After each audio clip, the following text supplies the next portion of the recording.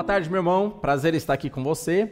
E hoje nós vamos analisar mais um dos temas da Palavra do Senhor. Hoje eu quero falar sobre a conversão de Saulo associado com a soberania de Deus. Então vamos ver aqui sobre essa narrativa da conversão de Saulo. Como que foi? Como que se deu a sua conversão? Por que eu quero trazer esse assunto? Porque alguns irmãos de linha, evidentemente, soteriológica calvinista, vão dizer que existe aquela graça irresistível e Paulo, ou Saulo, ele se converteu sem escolha. Ele não teve uma posição, ele não teve uma escolha, ele não aceitou a Cristo. Ele simplesmente, foi, quando acordou já estava convertido. Infelizmente, alguns colocam a conversão dessa maneira e vão usar como exemplo a conversão de Saulo. Então, Saulo não teve escolha, Paulo não teve escolha, simplesmente Jesus apareceu, aquela luz iluminou, ele foi salvo e ele não teve uma escolha. Eu escolho aceitar a Cristo. Olha, mas a gente vai perceber que não é assim que as coisas funcionam. Nós vamos perceber nas narrativas onde fala da conversão de Saulo que houve uma aceitação da parte de Saulo. Houve uma conversa entre Saulo e Jesus Cristo. O Espírito Santo foi convencer no coração de Saulo e Saulo escolheu não resistir a esse convencimento. Meus irmãos, existem 3 textos da palavra de Deus, 3 narrativas que mostram como que foi a conversão de Saulo. Não é apenas Atos capítulo 9. Nós vamos ver que existe em Atos capítulo 9 o relato da conversão de Saulo, mas depois isso é repetido. Nós veremos Atos capítulo 22, o relato, a narrativa é repetida. Atos capítulo 26, mais uma vez a narrativa é repetida. E a gente vai perceber algumas palavras que aparecem ali que vão nos mostrar que não teve uma graça irresistível onde Saulo viu Jesus e automaticamente ele se converte sem nenhuma decisão dele, sem um consentimento dele. Ele simplesmente tem a vontade mudada, sem mais, sem menos e se converte. Não é dessa maneira. A gente vai perceber que houve uma escolha da parte de Paulo. Houve uma aceitação da parte de Paulo. E a gente vai perceber que Deus, na sua soberania, escolheu salvar o homem dessa maneira. Ele não chega e fala, olha, eu vou salvar você não. Não é dessa maneira.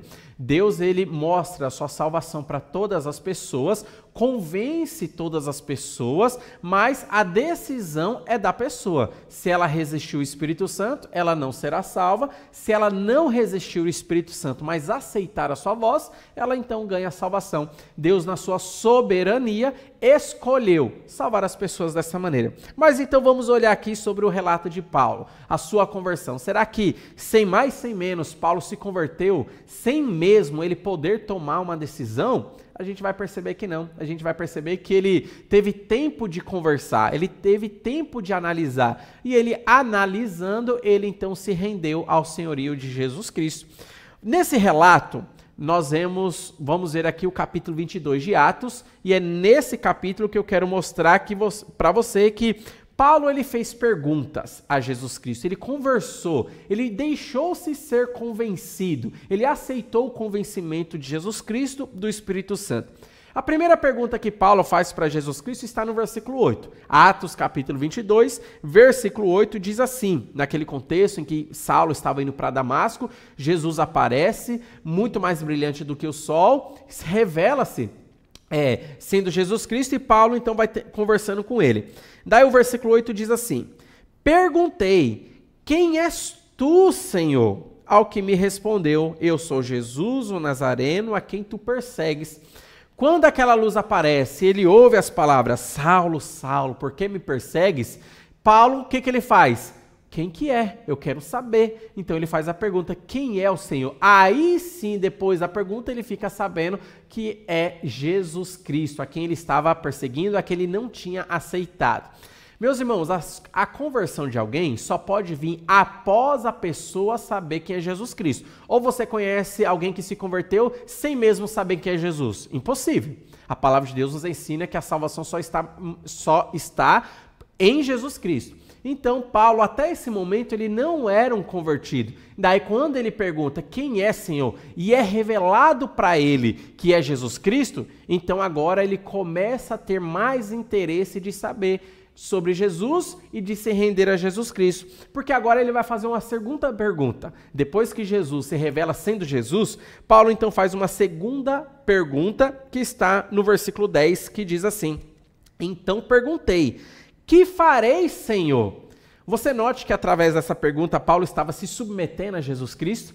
Através dessa pergunta ele estava se submetendo à soberania de Jesus Cristo, ao senhorio de Jesus Cristo. Aqui já fica evidente para nós que ele aceitou Jesus como Senhor, ele aceitou Jesus como Salvador. Ele estava reconhecendo que Jesus é Deus. Aqui ele se submeteu, aqui ele se inclinou, ele não resistiu ao convencimento do Espírito Santo. E a gente começa a perceber nas palavras de Paulo que ele teve escolha. Nas palavras de Paulo, ele escolheu aceitar a Jesus Cristo.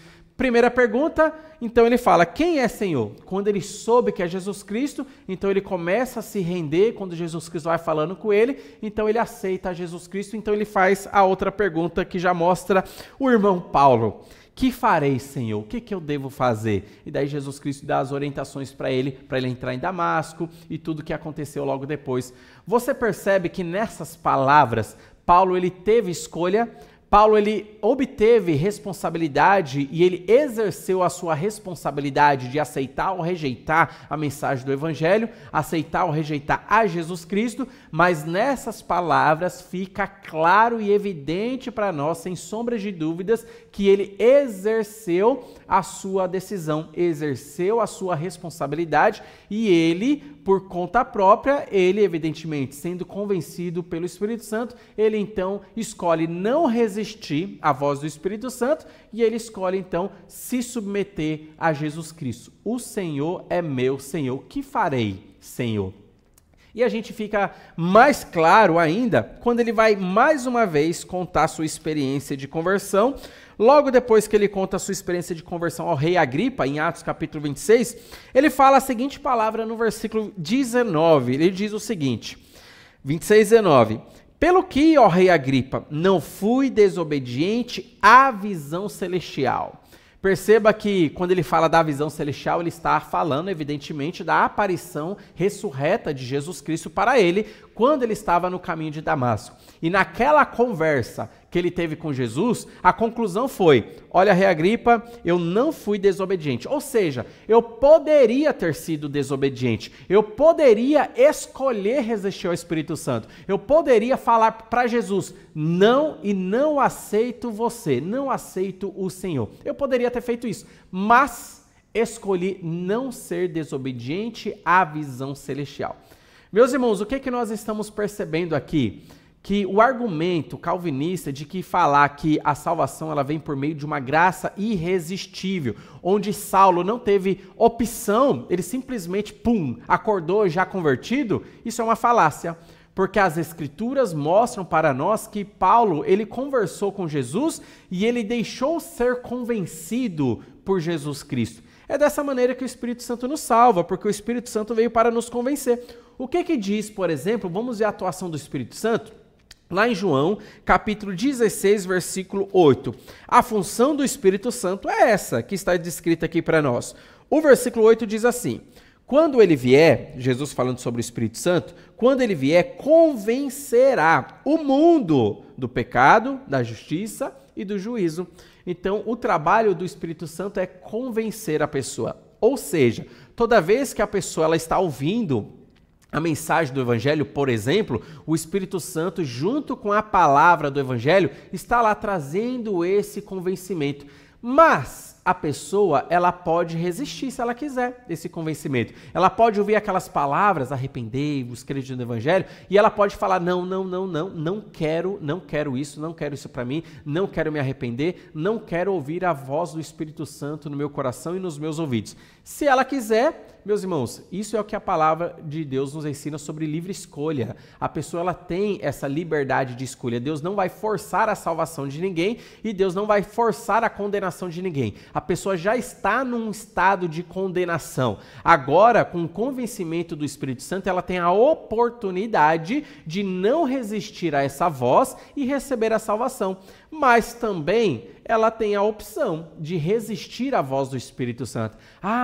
mas isso não faz o homem mais forte do que Deus? Mas isso não faz o homem mais poderoso do que o Espírito Santo? Porque o Espírito Santo quer salvar, mas o homem resiste? Não, isso não é Bíblia. Não, meus irmãos, o homem tem essa capacidade, não de ser mais forte que o Espírito Santo, mas de resistir à voz do Espírito Santo.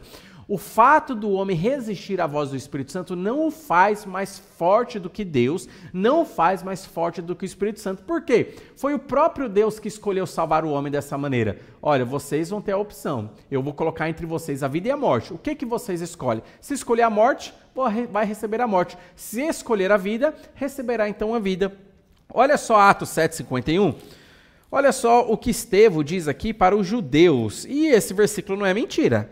Diz assim: homens de dura cerviz e incircuncisos de coração e de ouvidos, vós sempre resistis ao Espírito Santo, assim como fizeram vossos pais, também vós o fazeis.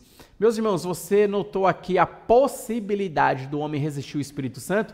E se ele está resistindo ao Espírito Santo, é porque o Espírito Santo está convencendo, está tentando convencer. O Espírito Santo tem a intenção de salvar a pessoa, mas o homem ele tem a possibilidade de resistir à voz do Espírito Santo. O que eu enxergo com isso e com toda essa narrativa e com essas explicações da Bíblia?